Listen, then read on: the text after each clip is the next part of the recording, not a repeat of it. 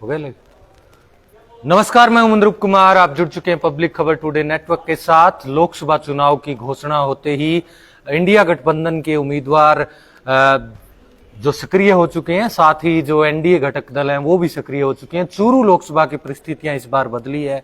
यहां पर पूर्व में बीजेपी से सांसद रहे राहुल कसवा ने बीजेपी छोड़कर उनकी टिकट कटने के कारण वो कांग्रेस में शामिल हुए और अब कांग्रेस के उम्मीदवार के रूप में चूरू लोकसभा से आए हैं। और ताजा खबर यह भी है कि इंडिया गठबंधन के तहत सीपीआईएम को भी सिक्कर की टिकट सीट है वो मिलने जा रही है और सिक्कर से जो माकपा के राज्य सचिव है अमरा राम वो उम्मीदवार हो सकते हैं। ऐसे में हमारे साथ तमाम पहलुओं पर बातचीत करने के लिए नौहर से माकपा के नेता मंगेज चौधरी मौजूद है। मंगेज के बारे में आपको बता दें, मंगेज पिछले 2 विधानसभा चुनाव लड़ चुके हैं और इस बार उनको पिछले चुनाव के मुकाबले 2023 के चुनाव में बेहतरीन एक प्रकार से वोट मिले। लगभग 28-29 हजार वोट उन्होंने प्राप्त किए।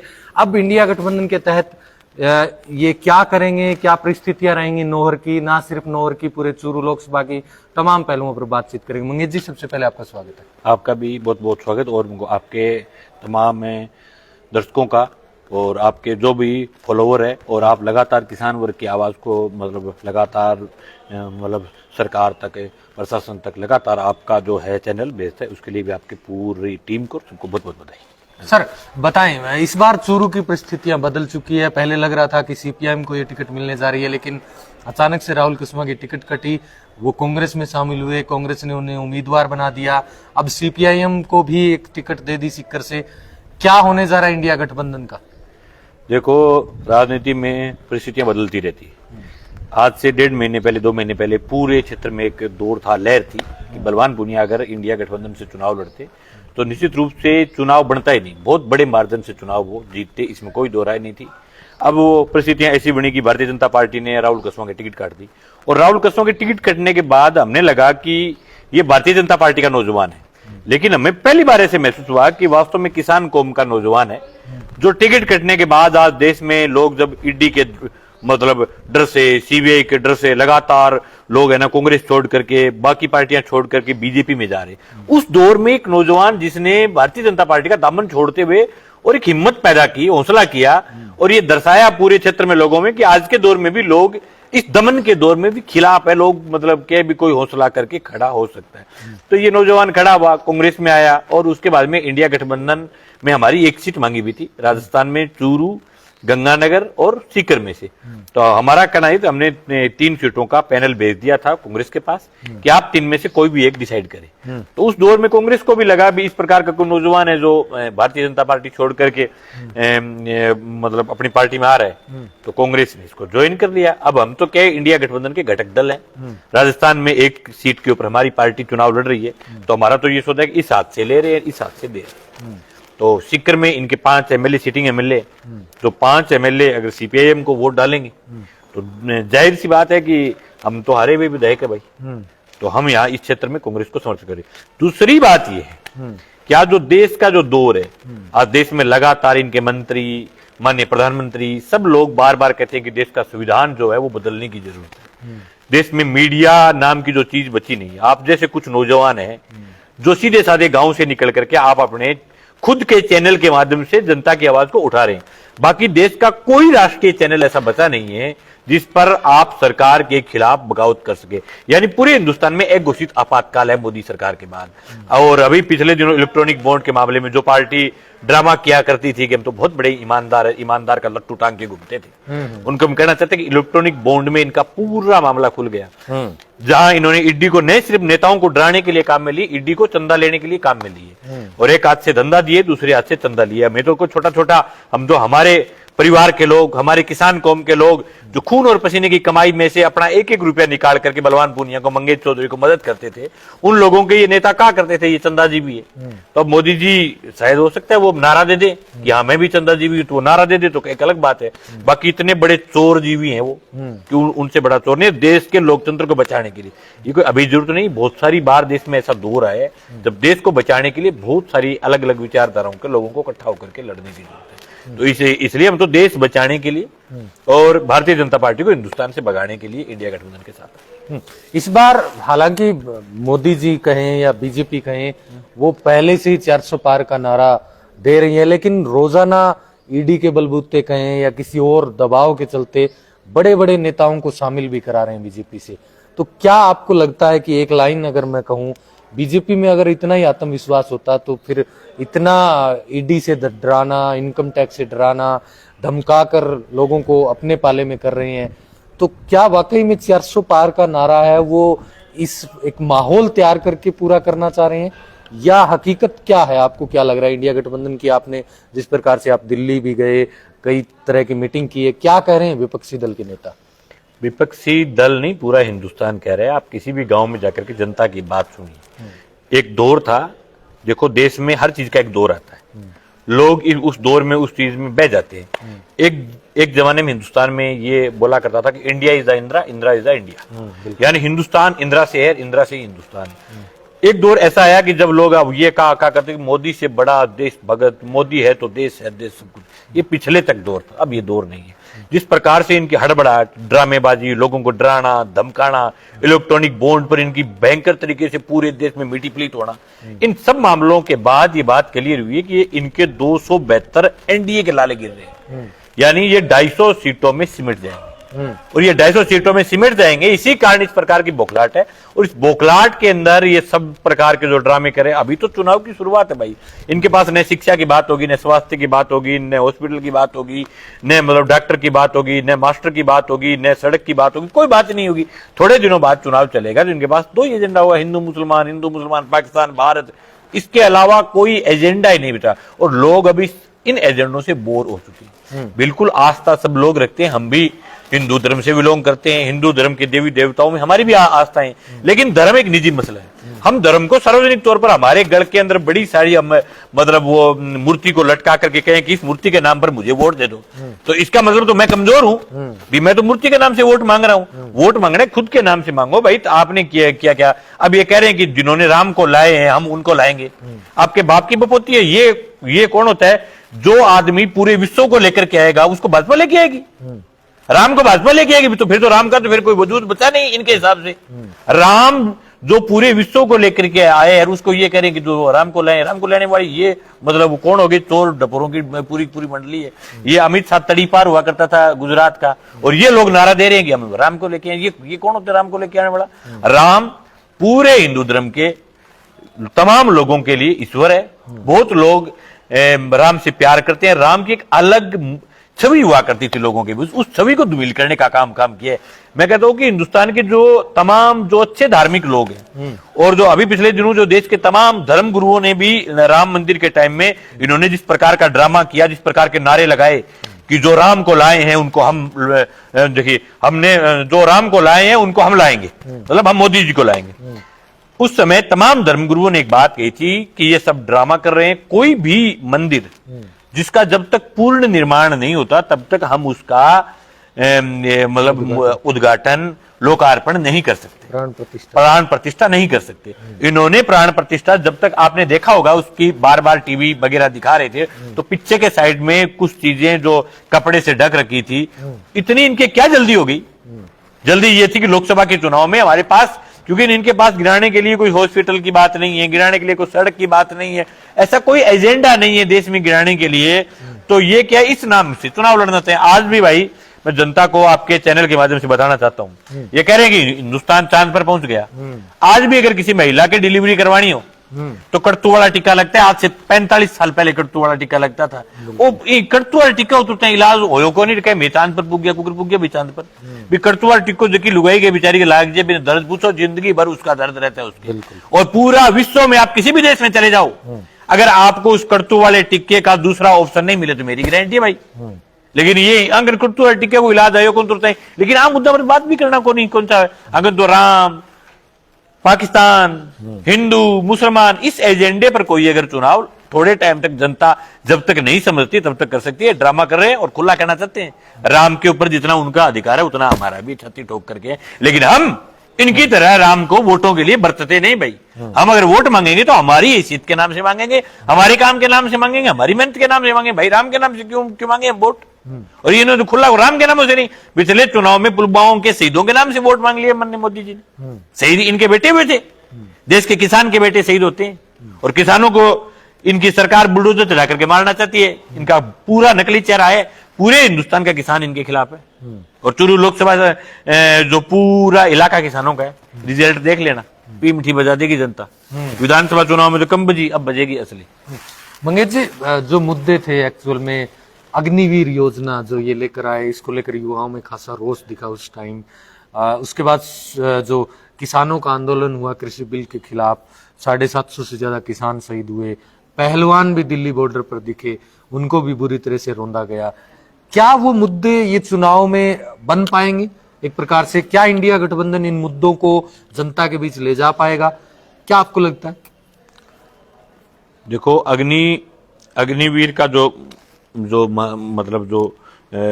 मामला है, अग्निवीर तो प्रथम अग्निवीर तो अपने एरिया में माननीय राहुल जी को जो बनाया इन्होंने, भारतीय जनता पार्टी ने अग्निवीर घोषित कर दिया कि काम में लिया, काम में लेने के बाद निकाल दिया। बाकी अग्निवीर के कारण पूरे इलाके का जो यूथ है, देश में सेना की नौकरी अलग सिर्फ पेट के लिए नहीं करते थे लोग। सेना की नौकरी, सेना की नौकरी का मतलब था कि गांव का नौजवान जब सेना में जाता था तो सीना चौड़ा करके पूरे गांव के नौजवान उसको सैल्यूट करते थे, यानी देशभक्ति के लिए नौजवान जाया करते थे। और ये लगता था कि ये 20 साल देश की सेवा करके आएगा। आज वो नौजवान जो देश के अंदर गोलियां खाने के लिए जाए, दूसरे देशों की सरहदों के ऊपर हिंदुस्तान की रक्षा के लिए लड़े, और 4.5 साल बाद जब वो असली जवानी पर जब वो नौजवान पहुंचे, तो उसको बैग उठा करके और ये कह करके रवाना कर दिया जाए कि आप जाकर के किसी प्राइवेट कंपनी में नौकरी करो। क्यों भाई? और ये और बयान दे रहे हैं कि प्राइवेट कंपनी का नाम बता रहे हैं कि अडानी और अंबानी, जो जिनको इन्होंने देश को लुटा करके खुआ दिया, उस अडानी और अंबानी की नौकरी करो। तो आज पूरे सेना ने केवल सिर्फ अग्निवीर योजना, ये पूरे देश की सबसे ज्यादा सम्माननीय नौकरी थी।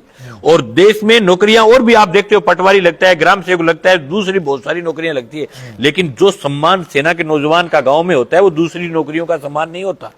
और सबसे ज्यादा सम्मान सेना के नौकरी करने वाले नौजवान को मिलता था। आज 4.5 साल से फौजी का नाम ही बदल दिया, फौजी को अग्निवीर बोल दिया। भाई ये कौन सी परीक्षा करना चाहते? फिर अगर अग्निवीर बनना है तो मोदी गद्दी छोड़ करके कहे कि मैंने भाई 5 साल 10 साल राज कर लिया, मैं अब अग्निवीर बनूंगा। बनाओ पहले, खुद से पहले मोदी बने, अमित शाह बने अग्निवीर, राजनाथ सिंह को बनाओ अग्निवीर, इसको क्या नाम है, इसको गडकरी को बनाओ अग्निवीर। तो इनको क्यों नहीं बनाते? इनको तो नौकरी चाहिए, मतलब राज देश की गद्दी चाहिए, 10-10 साल 20-20 साल 30-30 साल, ये तो कहे जब तक हम मरे तब तक गद्दी पर रहे। और दूसरा मतलब अगर कोई नौजवान, कोई किसान का बेटा देश की सीमाओं की रक्षा करने के लिए जाए, उसको 4.5 साल में उसको वापस बैग उठा करके रवाना कर दे, इसका बिल्कुल नौजवानों में गुस्सा है और देश के तमाम देशभक्तों में गुस्सा है, तमाम जो हमारे फौजी भाई उनमें गुस्सा है। क्योंकि हमारे यहाँ के पीढ़ियां दर पीढ़ी ज्यादातर जो फौजी जब छुट्टियां आया करते थे तो वो अपने बेटों को तैयारियां करवाते थे कि हमारा बेटा भी फौजी बने। ये पहली नौकरी थी। जिनके पिता अगर शहीद हो जाते थे तो उसके बेटा जब उसके पिता को जब शहीद होते थे, उनको अग्नि देते समय वो वहां खड़ा होकर के ये प्रतीक्षा लेता था कि मैं मेरे बाप का बदला सेना में जाकर के और उसी जगह फौज में खड़ा रह करके लूंगा। इन्होंने पूरी सेना को, पूरी व्यवस्था को, पूरे सिस्टम को निजी हाथों में देने का कार्यक्रम और बना रखा है। तब देखो आगे आगे होता क्या है, लेकिन देश का नौजवान खिलाफ है और बहुत मतलब खतरनाक तरीके से जो है वो वोटिंग करेगा। और जिस दिन रिजल्ट आएगा, ये कह रहे हैं 400 पार, देखना आप। चलिए, वामपंथी पार्टियों का जिक्र करें। इस बार सीपीआईएम भी इंडिया गठबंधन का मुख्य घटक दल है। कई जगह अलायंस भी हुआ है। त्रिपुरा में आपको सीट मिली है, केरल में, हालांकि पश्चिम बंगाल में आपका अलायंस नहीं हुआ, वहां पर परिस्थितियां अलग है। मध्य प्रदेश, यूपी, बिहार, वहां पर आपको सीटें मिली है। राजस्थान में आपको एक सीट मिली है। सीपीआईएम का जनाधार आप कैसे देखते हैं, या वामपंथी पार्टियों का, तमाम वामपंथी पार्टियों का जिक्र करें? यूपीए फर्स्ट में सभी को ध्यान है, बहुत सारी महत्वाकांक्षी योजनाएं आम आदमी के लिए आई, और यूपीए फर्स्ट में आप उसमें कांग्रेस सरकार के सहयोगी भी थे, 40 से के लगभग आपके सांसद थे, लेकिन उसके बाद लगातार आपका ग्राफ गिरता रहा। इस बार क्या कोई परिस्थितियां बदलेगी इंडिया गठबंधन के सहारे? देखो, कम्युनिस्ट ने केवल एक पार्टी, कम्युनिस्ट एक विचारधारा है। विचारधारा हो सकता है उस दौर में कुछ एमएलए एमपी कम जीत जाए, ज्यादा जीत जाए, लेकिन देश में अगर मोदी सरकार को किसी से खतरा लगता है, उनको खुद को, तो उनको वामपंथी से लगता है। काफी बार उन्होंने अपने भाषण में, और देश का कोई आंदोलन हो, देश के किसान लड़े, उन्होंने आंदोलन का क्या नाम दिया कि ये कुछ कॉमरेड कर रहे हैं। अभी ये जो बेटियां लड़ रही थी, मोदी जी ने क्या कहा, ये जो कॉमरेडों के कहने पर बेटियां लड़ रही है। उसके अलावा अभी पंजाब का किसान लड़ रहा है, उस बॉर्डर के ऊपर रोक रखा है, ये कह रहे हैं कि ये सब वामपंथी कॉमरेड टाइप के लोग हैं। इसका मतलब कि वामपंथियों का खौफ जो है वो केंद्र की सरकार में, हालांकि हमारा चुनाव जीतने में कराप घटा है, इसमें कोई दो राय नहीं, लेकिन जो विचारधारा है वो लगातार आगे बढ़ी है। अभी भी हमारी केरल में गवर्नमेंट है, लगातार दूसरी बार सरकार आई है। पत्रकार जी, मैं आपसे कहना चाहता हूं कि आप कभी आपको मौका मिले तो आप केरल जाइए, केरल के स्कूलों की व्यवस्था, केरल का सार्वजनिक ढांचा देख करके आए। कोरोना में जिस प्रकार से केरल ने काम किया, पूरे विश्व में सिर्फ इंडिया में नहीं, पूरे विश्व में उन्होंने एक अलग आंकड़ा पेश किया। सबसे जल्दी कोरोना मुक्त होने वाला स्टेट कोई था तो वो केरल था। अभी जो यूपीए फर्स्ट में जो परिस्थितियां थी उसमें हमारे 64 एमपी थे, 64 एमपी थे।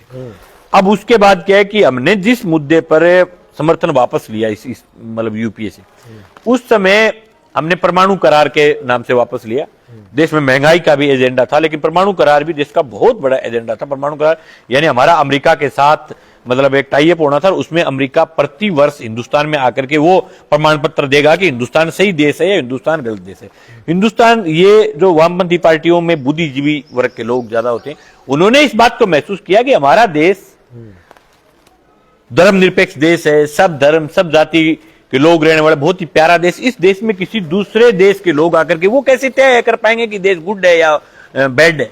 तो इस बात के ऊपर हमने समर्थन वापस लिया। उसके बाद में देश की अलग अलग टाइप की परिस्थितियां बदली। फिर जो उसके अगला जो चुनाव हुआ यूपीए 2 के बाद, वो पूरा धार्मिक रूप से चुनाव हुआ। चुनाव में एजेंडे खत्म कर दिए गए। हालांकि ये जो मनरेगा है, ये वामपंथियों की स्कीम है। यूपीए फर्स्ट में मनरेगा वामपंथियों की स्कीम है। और भी देश में जो इस सरकारी ढांचा जिसको बचाए रखने की जो मुहिम है, वो वामपंथियों की सबसे ज्यादा मुहिम बची हुई है। अभी भी हमने केरल में, आप पूरे देश के बाकी सरकारी ढांचे को देख करके आइए, आप केरल में जाकर के सरकारी ढांचे को देखिए। हमने हर जगह सरकारी ढांचे को मजबूत करने का प्रयास किया। देश मजबूत वही होता है जो सरकारी ढांचे को बचाए। मोदी जी कह रहे हैं कि मैं देश नहीं बिकने दूंगा, मैं सौगंध इस मिट्टी की खाता हूं। देश को कुर्सियों छोड़े कोई मोदी सो बेच सी। देश का लाल किला बेच दिया, देश के एयरलाइन बेच दिए, देश का रेलवे को बेच दिया, देश के पूरे सरकारी ढांचे को धीरे एक करके सरकारी ढांचे को ठेके पर दे रहे। तो फिर भाई बताओ, देश किसमें होता है, कैसे नहीं बिकना दोगे? जब आप देश की सरकारी संपदा को निजी हाथों में दे रहे हो, फिर आप कह रहे हो देश नहीं बिकने दोगे, तो फिर आप चाहते क्या हो देश के साथ? पूरा मामला जंगल जो है, अभी वो पिछले दिनों उसका मैं जो इंटरव्यू देख रहा था, वो अनिल अंबानी का वो एक लड़का है आती, ठीक है, आती के साथ आती आ रहा, तो उसमें मैंने देखा कि उसके पास खुद का एक जंगल है। बताओ, तो जंगल बेच दिए देश के, मतलब खुद का जंगल है उनका जंगल, उसमें हाथी खुद के हैं, शेर खुद के हैं। अब ये कह रहे हैं देश में कुछ कानून बना हुआ है, मैंने पढ़ा एनिमल्स का, कह रहे हैं कि इन जीव जंतुओं को खुद नहीं पाल सकता, लेकिन अनिल अंबानी, मुकेश अंबानी का बेटा अनंत अंबानी पाल सकता है। मैं नहीं पाल सकता, आप नहीं पाल सकते। आप तो कितने प्यार को, हालांकि किसान से ज्यादा पशु प्रेमी, जीव प्रेमी कोई हो नहीं सकता, लेकिन ये कह रहे हैं कि किसान नहीं पाल सकता हाथी को, फलाने जो वो उनको वो पाल सकते हैं, वो हाथी को पाल रहे हैं, सब कुछ कर रहे हैं। हाथी नहीं, उसमें कह रहे हैं कि शेर चीते वगैरह फलाना निकला, उनका खुद का जंगल है। देश का जंगल बेचेगा, पूरी व्यवस्था बेचेगा सिर्फ इसी काम के लिए। अब ये जो इलेक्ट्रॉनिक बॉन्ड में इनका जो नकली चेहरा सामने आया है, ऐसी कंपनियां, जिस कंपनी का खुद का टर्नओवर 300 करोड़ रुपए, लेकिन उसका चंदा आ रहा है 560 करोड़ रुपए। कहां से आ रहा है समझ नहीं रहे क्या आप? गूंगे हैं क्या? वो सबके सब रिलायंस कंपनी के, रिलायंस के प्यादे हैं वो सब। उनकी छोटी सी दुकान खुलवा दी, रिलायंस का पैसा घुमा करके बीजेपी को गया, क्योंकि डायरेक्टली रिलायंस का अगर 10,000 करोड़ का, 20,000 करोड़ का, 50,000 करोड़ का आया हुआ होता तो पूरा देश कूक करके दिल्ली चला जाता। इनके जो जिस प्रकार से श्रीलंका में जिस बाथ टब में देश के प्रधानमंत्री नहाया करते थे, वहां जनता जाकर के नहाने लग गई। इनके भी बाथ टब में, हिंदुस्तान की जनता श्रीलंका से ज्यादा लड़ाकू है, बाथ टब में घुस जाती। लेकिन इन्होंने घुमा करके उस चंदा लेने के तरीके को बदल दिया कि वही चंदा 50। मेरे को एक बात बताओ, ऐसी दुनिया की कौन सी कंपनी, एक आदमी 560 करोड़ रुपए की नीचे तो कुकर दे दे, 1 करोड़ दे दे, 50 लाख दे दे, 1.5 लाख दे दे, नीतियों प्रभावित हो गई दे दे, 560 करोड़ रुपए चंदा बीजेपी को, एक कंपनी के 1,000 करोड़ रुपए चंदा कैसे आ गया? और रवीश कुमार जो देश के जिंदा पत्रकारों में से एक है, उन्होंने पिछले दिनों बाकायदा बताया है कि जिस कंपनी ने इनको चंदा दिया है, रिलायंस के अलावा, उनके जैसे मान लियो 1 तारीख को रेड गिरी, 3 तारीख को बॉन्ड कट रहा है, 3 तारीख को रेड गिरी, 5 तारीख को चंदा दे रही, क्यों भाई? तो फिर तो ईडी का नाम रख दो आप, चंदा इकट्ठा करने वाली ईडी। चंदा इकट्ठा करने के लिए काम मिलो, फिर कहीं को आप नेताओं के, उनके दूसरों के घरों सीधा नाम रख दो, भारतीय जनता पार्टी के लिए फंड इकट्ठा करने वाली कंपनी का नाम ईडी है। और आप लोगों को ये कह रहे हो कि ये चंदा मांग रहे, हम तो भाई चंदा सीधे साधे अपने जैसे भाइयों के बीच से मांग रहे, कोई चोर डपोर लुटेरों से तो नहीं मांग रहे। तो अपने आदमियों से चुनाव लड़के अगर पैसा लेकर के चुनाव लड़े तो बुरी बात क्या है? बुरी बात तो ये है ना कि जो आपको लूट करके खा रहे हैं उनसे पैसा लेकर के चुनाव लड़े। देश की दवाई कंपनियां, पिछले दिनों मैं एक टीवी पर देख रहा था, 1.5 लाख रुपए में कैंसर के टिक्के बेच दिए, बताओ। और जो टिक्का 60 रुपए में मतलब निर्माण होता था। देश के कितने लोगों के साथ ऐसा बुरा, जिनके घर से 30-30 साल का, 60-60 साल का, 50-50 साल का जवान गया है, वो लोग इस दर्द को समझ सकते हैं कि भारतीय जनता पार्टी तो क्यों भाई समझे। इनके तो बेटों के पोतों के इलाज अमेरिका से होते हैं, हिंदुस्तान से तो होते नहीं। हिंदुस्तान से तो इलाज किसान के बेटे का होता है, और उनको पूरे देश में करोड़ों रुपए के नकली टिक्के जो है वो कैंसर के बेचे गए, और उसी कंपनी से भारतीय जनता पार्टी ने चंदा लिया।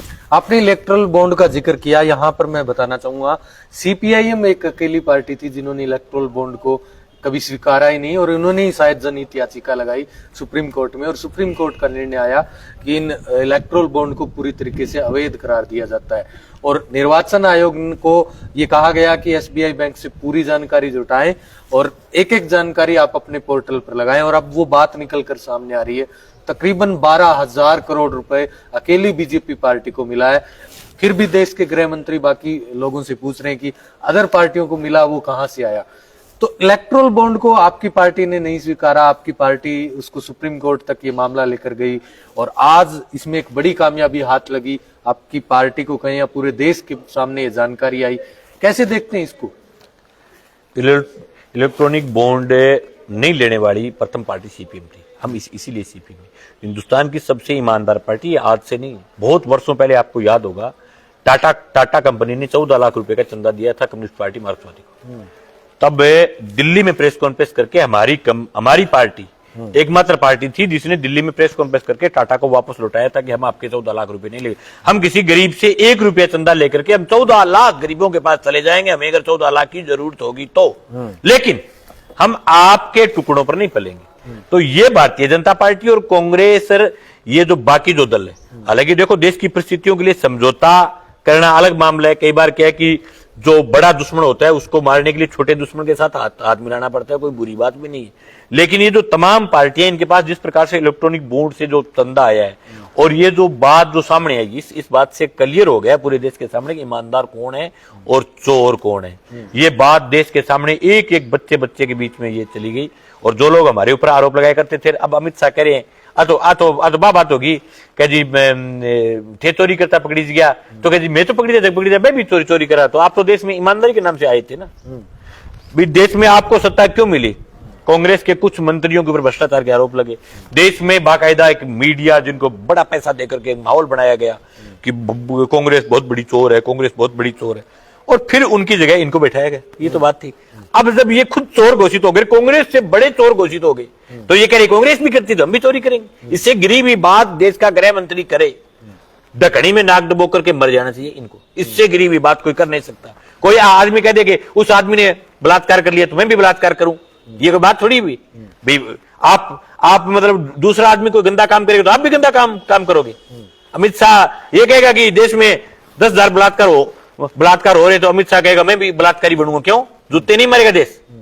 तो ये तो बहुत मतलब गिरी हुई मतलब क्वालिटी की बात है। इससे उनको ये कहना चाहिए, देश से माफी मांगनी चाहिए कि हमने झूठा जो है ईमानदारी का ढोंग करके हम हिंदुस्तान की सत्ता में है, हमें पूरे देश के तमाम लोगों से बड़ा माफी चाहते हैं, क्षमा चाहते हैं। हमारे कारण देश के लाखों लोगों की जान गई, इस संदेश से जान गई है। इस संदेश से कैंसर की जैसी गंभीर बीमारी की जो है अरबों रुपए की मतलब गंदी दवाइयां हिंदुस्तान के अंदर हुई है। और ये जो अभी हार्ट अटैक जो बढ़ रहे हैं, हार्ट अटैक जो देश में बढ़ रहे हैं, ये इनके कोरोना के टिक्के की वजह से बढ़ रहे हैं। ये कोरोना के टिक्के में भी पैसे खा गए भारतीय जनता पार्टी के लोग। देश में अभी हार्ट अटैक जितने ज्यादा संख्या में बढ़े, ये कोरोना का टिक्का, ये मैं नहीं कह रहा हूं, हिंदुस्तान के बहुत सारे डॉक्टर्स की टीम ने कह दिए। लेकिन ये गंदे किस्म के टिक्के लेकर के आए। स्पुतनिक, कोविशील्ड और कोविन 3 प्रकार की दवाइयां थी। आपको स्पुतनिक मिली? किसी को मिली?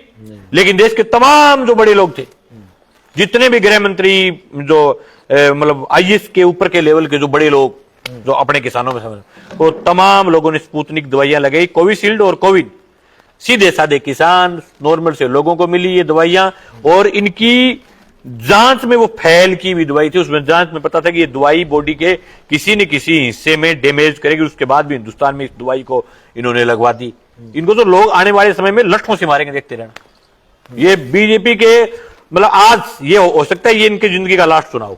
5 साल बाद इनकी हालात ये होगी कि मतलब गांव के अंदर भारतीय जनता पार्टी के आदमी को देखते हुए जबकि चीज आदमी का हाथ में आए करेगी, भाई चीज लेके आगे ले बाजी करेगी, हालात गांव में पैदा हो जाएगी, ये देखने को नहीं मिलेंगे। और भारतीय जनता पार्टी हिंदुस्तान में लास्ट 5 साल की पार्टी है जो को आगे बाद में कोई सूल आदमी आ गयो हरजियांगा पूरी निचोड़ काट के ले तो मोदी फंसी उसी देश में। हालात है इतना बड़ा 1.5 लाख का टिक्का सिर्फ 60 रुपए में निर्माण करके बेच दिया, इससे बड़ी शर्म की बात क्या होगी भाई। और जो भगत है ना इनके 50% भगतों ने इलेक्ट्रॉनिक बोर्ड आने के बाद बीजेपी के अच्छे लोगों ने जो मतलब बैंकर आरएसएस के लोग हैं जो ये कहते थे कि वास्तव मोदी से बड़ी आदमी नहीं, वो कह रहे हैं कि भाई बिल्कुल हम माफी चाहते हैं देश से, भारतीय जनता पार्टी चोरों की मास्टरमाइंड है, चोरों की हेडमास्टर है। अब थोड़े बहुत जो भगत बच्चे हुए उनके बेचारों के देखो दर्द भी है लेकिन बता नहीं सकते, और वो भी उल्टी जगह दर्द है, कई बार आदमी बता नहीं सकता, वो प्रॉब्लम है। वो भी समझ रहे हैं कि ये चोर है, बहुत मतलब के बहुत गलत जगह फंसे हुए हैं, लेकिन उनके तो दिक्कत ये है कि वो बता नहीं सकते अपने दर्द को, लेकिन बताएंगे थोड़े टाइम आने के बाद, जब उनके खुद के भी दिक्कत आएगी। जब उनके घर से कोई 30 साल का नौजवान जब कैंसर के गल टिक्के से जाएगा तो उनकी आंखों में आंसू के साथ मोदी के खिलाफत का नारा भी होगा कि भी ये देश में इनके कारण हो रहा है। और ये जो अगर 40 साल का नौजवान जिनके 2 टिक्के लगे हुए और वो हार्ट अटैक से एक्सपायर होगा तो इनको भी महसूस होगा।